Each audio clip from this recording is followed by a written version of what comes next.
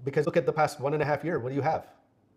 Things are much, much worse. The economy has crashed. There's no law and order. সত্যি সত্যি কি হাসিনা যুগের সমাপ্তি ঘটলো, নাকি এটি কথার কথা? করে সজীব ওয়াজেদ জয় এত স্পষ্ট করে বললেন যে তার মা আর মানে এটাই তার শেষ টার্ম, তার মা এরপর আর দলের কোনো দায়িত্ব বা সরকারে যদি আসেন তারা সেই দায়িত্বে তার মা থাকবেন না, নতুন কেউ থাকবে। কে থাকবে সেই আলোচনা সাংবাদিক তোলেননি, ফলে সজীব ওয়াজেদ জয়েরও বলার প্রশ্ন ছিল না। কিন্তু মনে হচ্ছে যে নতুন নেতৃত্ব তৈরির কাজটা শেখ হাসিনা তৈরি করেছেন এবং তিনি হয়তো কোনো বড় আওয়ামী লীগ চালিয়েছেন 4 দশকের বেশি সময় আওয়ামী লীগ চালান। তার সেকেন্ড ম্যানকে আমি কিন্তু দীর্ঘদিন ধরে আমি খুঁজে পাই না, আজও খুঁজছি, আজও খুঁজে পাচ্ছি না। আওয়ামী লীগের নেতৃত্বে আসছেন সজীব ওয়াজেদ জয়। নিজের মায়ের অবসরের ঘোষণা তিনি দিয়ে দিয়েছেন। প্রিয় দর্শক শ্রোতা মণ্ডলী, দেখছিলেন ভিডিওর বিশেষ কিছু অংশ, যার বিস্তারিত সামনে দেওয়া রয়েছে। আশা করছি পুরো ভিডিও জুড়ে আমাদের সাথেই থাকবেন। আওয়ামী লীগ নিয়ে সজীব ওয়াজেদ জয়ের কী পরিকল্পনা এবং আগামী নির্বাচন 2026-এর যে নির্বাচন হতে যাচ্ছে সেই নির্বাচনে কি ভূমিকা থাকবে আওয়ামী লীগের, কি বলছেন তিনি আল জাজিরার সাক্ষাৎ করে, আমরা বিস্তারিত ভিডিও স্ক্রিনে দেখে আসি। চান এবং রাজনীতি থেকে বিদায় নিতে চান।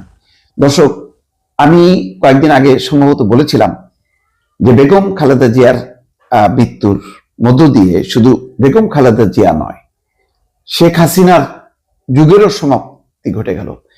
ফিজিক্যালি বেগম খালেদা জিয়ার মৃত্যু ঘটেছে, আর রাজনৈতিকভাবে মৃত্যু ঘটেছে শেখ হাসিনার।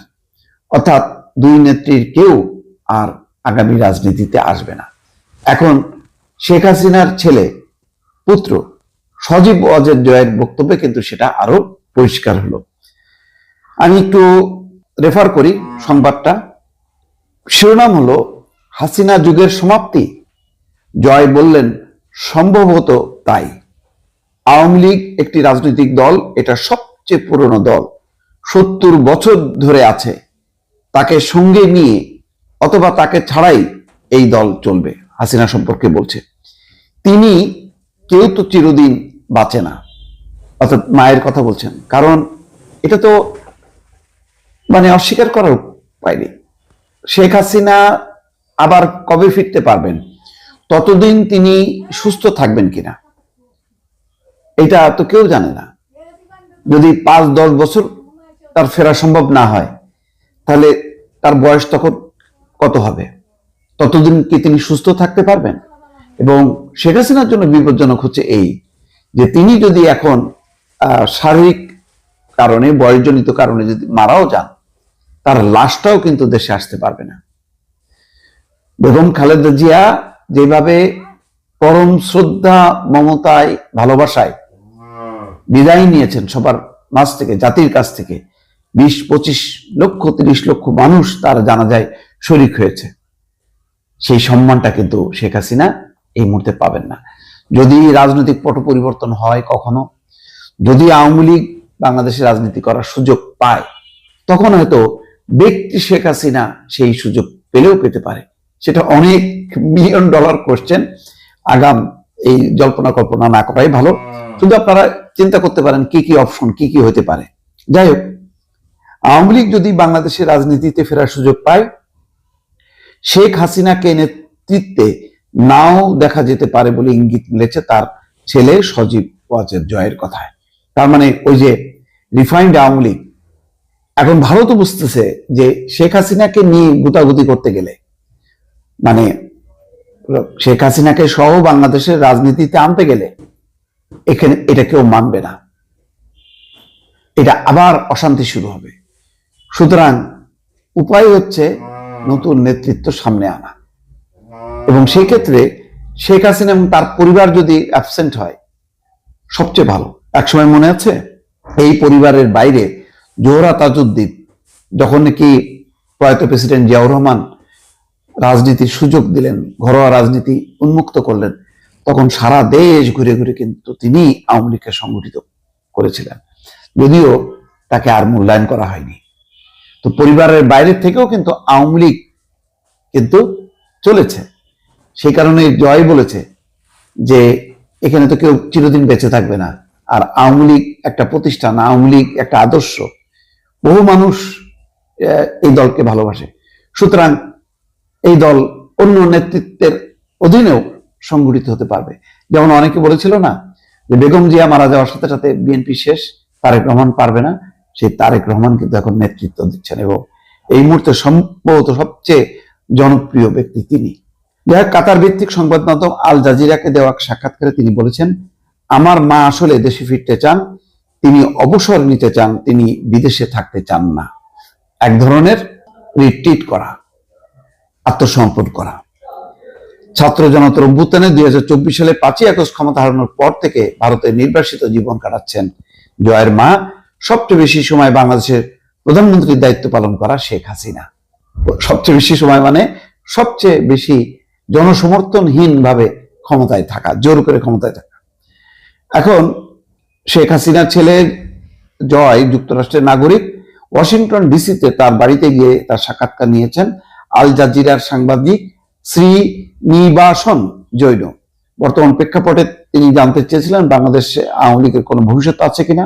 উত্তরে জয় বলেন, অবশ্যই আছে, আওয়ামী লীগ কোথাও যাচ্ছে না, এটা সবচেয়ে প্রাচীন এবং বড় দল, আমাদের 40 থেকে 50% ভোট আছে। আপনি কি মনে করেন 40-50% মানুষ হঠাৎ সমর্থন দেয়া বন্ধ করে দেবে? এটা সত্য, এটা আমি বলি যে এটা তো বাস্তবতা, যেটা বাস্তবতা সেটা মানতে হবে, আর যেটা বাস্তবতা না। ফোন করি যে আগামী 23শে জানুয়ারি শুক্রবার দিল্লিতে সন্ধেবেলা একটি অনুষ্ঠান হচ্ছে, সেটা বাংলাদেশ বিষয়ের উপরে, অর্থাৎ বাংলাদেশের বর্তমান পরিস্থিতি নিয়ে একটি অনুষ্ঠান হচ্ছে। সেই অনুষ্ঠানে শেখ হাসিনার হাজির থাকার কথা। শেখ হাসিনা কিভাবে হাজির থাকবেন বা না থাকবেন আমি সেই প্রসঙ্গে একটু পরে আসছি, আমি সেটা আপনাদের কাছে ব্যাখ্যা করার চেষ্টা করব, কারণ এটা নিয়েও তুমুল জল্পনা আছে মিডিয়ার মধ্যে, আওয়ামী লীগের সাধারণ কর্মী সমর্থকদের মধ্যে।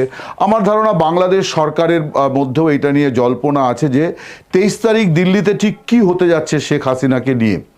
আমি প্রথমে সজীব ওয়াজেদ জয়ের সাক্ষাৎকার, যেটা তিনি আল জাজিরাকে দিয়েছেন, সেই সাক্ষাৎকারের একেবারে শেষ অংশে যে অংশটি, যে বিষয়টি উত্থাপিত হয়েছিল, সেটি শেখ হাসিনার অবসর সংক্রান্ত। আপনারা জানেন যে 2024-এর 5 আগস্ট যখন গণ অভ্যুত্থানের মুখে শেখ হাসিনা ভারতে চলে আসেন, তার পরদিনই সজীব ওয়াজেদ জয় তিনি বলেছিলেন যে তার মা আর রাজনীতিতে থাকতে চান না। কিন্তু তারপরে এই যে বিগত 18 মাস শেখ হাসিনা দলের সভানেত্রী আছেন, এবং তাই শুধু নয়, আওয়ামী লীগ যে আবার সংঘবদ্ধ হয়েছে অনেকটা, এটা নিয়ে কোনো সন্দেহ নেই। আওয়ামী লীগের মানে একেবারে অত্যন্ত নিন্দুক ব্যক্তি তারাও এটা এক বাক্যে স্বীকার করেন যে আওয়ামী লীগ অনেকটা সংগঠিত হয়েছে, এবং বাংলাদেশে তাদের ভোটটা জামাত বিএনপি তারা কাড়াকাড়ি শুরু করেছে যে আওয়ামী লীগের সমর্থকদের ভোটটা কারা পাবে। তো এই যে পরিস্থিতিটা তৈরি হয়েছে, এইখানে শেখ হাসিনার অবদানটা আমি অন্তত মনে করি সবচেয়ে বেশি। তার কারণ তিনি এই 18 মাস ধরে, আমার ধারণা 1800-র বেশি, অনেক বেশি হবে, তিনি সভা সমিতি করেছেন, ভার্চুয়াল মাধ্যমে করেছেন, কিন্তু সরাসরি কর্মীদের কথা শুনেছেন, তাদের বক্তব্য মনোযোগ দিয়ে শুনে কিছু কিছু পদক্ষেপও তিনি করেছেন। তিনি সেখান থেকে চিকিৎসার ব্যবস্থা করা, অন্যান্য অর্থ সহায়তা দেওয়া, এগুলি তিনি করেছেন। ফলে আওয়ামী লীগ এখন একটা জায়গায় দাঁড়িয়ে আছে, যে জায়গা থেকে তাকে এগোনোর জন্যে কতগুলো অন্য বাধা আছে, আইনি বাধা। সেই আইনি বাধাটা হচ্ছে ইউনূস গভর্নমেন্ট তাদের সন্ত্রাস দমন আইনে তাদের নিষিদ্ধ করে রেখেছে, যার ফলে এই যে ত্রয়োদশ নির্বাচন, জাতীয় সংসদ নির্বাচন, সেখানে আওয়ামী লীগ পার্টিসিপেট করতে পারছে না। এখন এগুলো সবই পুরনো কথা, কিন্তু সম্প্রতি অর্থাৎ 2-4 দিন আগেই সম্ভবত সাক্ষাৎকারটি গৃহীত হয়েছে, যেখানে সজীব ওয়াজেদ জয় এই প্রথম তিনি একটা সাক্ষাৎকার দিয়েছেন, যে সাক্ষাৎকারটি তিনি তার নিউ ইয়র্কের বাড়িতে দিয়েছেন। এটা খুব ইন্টারেস্টিং যে আল জাজিরার সাংবাদিক, তিনিও আবার একজন ভারতীয়, তিনি ভারত থেকে গিয়েছেন, সেখানে গিয়ে তিনি আল জাজিরার প্রতিনিধি হিসেবে সজীব ওয়াজেদ জয়ের একেবারে মুখোমুখি বসে সাক্ষাৎকার। এর আগে সজীব ওয়াজেদ জয় বিবিসি বাংলাকে সাক্ষাৎকার দিয়েছেন, আরও অনেক মিডিয়াকে দিয়েছেন, কিন্তু সেগুলি সবই কিন্তু ভার্চুয়াল মাধ্যমে দিয়েছিলেন। এই প্রথম তিনি একেবারে মুখোমুখি বসে দিয়েছেন। সেখানে এই প্রসঙ্গ এসেছিল এবং জয় খুব স্পষ্ট করেই বলেছেন যে শেখ হাসিনার এইটাই হচ্ছে শেষ টার্ম, এরপর তিনি আর মানে দলের বা ভবিষ্যতে যদি সরকারও ক্ষমতায় আসার সুযোগ থাকে, শেখ হাসিনা কিন্তু সরকারকে নেতৃত্ব দেবেন না, দলকে নেতৃত্ব দেবেন না। জয় খুব স্পষ্ট করে একটা কথা বলেছেন যে শি ইজ ওল্ড, অর্থাৎ তার বয়স হয়েছে এবং তাকে সরে যেতে হবে। এবং তিনি বলেছেন যে আওয়ামী লীগ কোনো পারিবারিক বিষয় নয়, এবং আওয়ামী লীগ এত বড় একটা পার্টি যে মানে গ্রন্থিতে বাংলাদেশের গ্রন্থিতে এই দল আছে, ফলে এই দলের পুনরুজ্জীবন, ময়দানে ফেরা, এগুলো শুধু সময়ের অপেক্ষা। কিন্তু শেখ হাসিনা তিনি থাকবেন না, নতুন কেউ আসবেন কিনা এই প্রসঙ্গটা আলোচনায় আসবেন তো বটেই। শেখ হাসিনা না থাকলে কেউ না কেউ দলের সভাপতি হবেন, উনি যদি সরে যান পদ থেকে। কিন্তু জয় একটা স্পষ্ট করে বলে দিয়েছেন যে তার মা অবসর নেবেন। এখন এই অবসর কবে নেবেন এইটা একটা বড় প্রশ্ন, কারণ আওয়ামী লীগ সরকারিভাবে এখনও বলে যে শেখ হাসিনা বাংলাদেশের প্রধানমন্ত্রী। আমি আপনাদের বলি যে দিল্লিতে 23 তারিখের যে অনুষ্ঠানটার কথাটি আমি বলছিলাম, সেটি হচ্ছে foreign correspondent clubs of south Asia, অর্থাৎ দিল্লিতে সাউথ এশিয়ার বিভিন্ন দেশের যে সাংবাদিকেরা আছেন তাদের একটা সংগঠন, এবং সেখানে শুধু তারাই নেই, এই সূত্রে মানে দিল্লিতে যত কূটনৈতিক সংবাদদাতা আছেন বিভিন্ন দেশের, অর্থাৎ ইউরোপ আমেরিকা থেকে শুরু করে যত দেশের আছে, সকলে সেদিন ওই অনুষ্ঠানটায় থাকবেন এবং সেখানে বাংলাদেশের সাম্প্রতিক পরিস্থিতি নিয়ে আলোচনা হবে। আওয়ামী লীগের দুজন সাবেক মন্ত্রী সেখানে থাকার কথা, এবং আরও অনেকে থাকবেন। বাংলাদেশের অভিনেত্রী রোকেয়া প্রাচী, তার ওখানে বক্তব্য পেশ করার কথা। ফ্রান্স থেকে একজন অধ্যাপক মাসুম বিল্লাহ, তিনি সংযুক্ত হবেন। একটা বড় একটা কিছু হতে যাচ্ছে যেখানে এই বাংলাদেশ বিষয়ে আলোচনা হবে। আমন্ত্রণপত্রে এখনো পর্যন্ত লেখা আছে যে শেখ হাসিনা তিনি এখানে শুরুতে তিনি একটি ভাষণ দেবেন। এখন শেখ হাসিনা অসংখ্য ভাষণ গত 18 মাস ধরে দিয়েছেন, সবই ভার্চুয়াল মারফত, এবং সেখানে তাকে তার কণ্ঠস্বর শোনা যায়, তাকে ছবিতে দেখা যায় না। এইটা নিয়ে একটা জল্পনা আছে যে তিনি ভিডিওতে হাজির হবেন।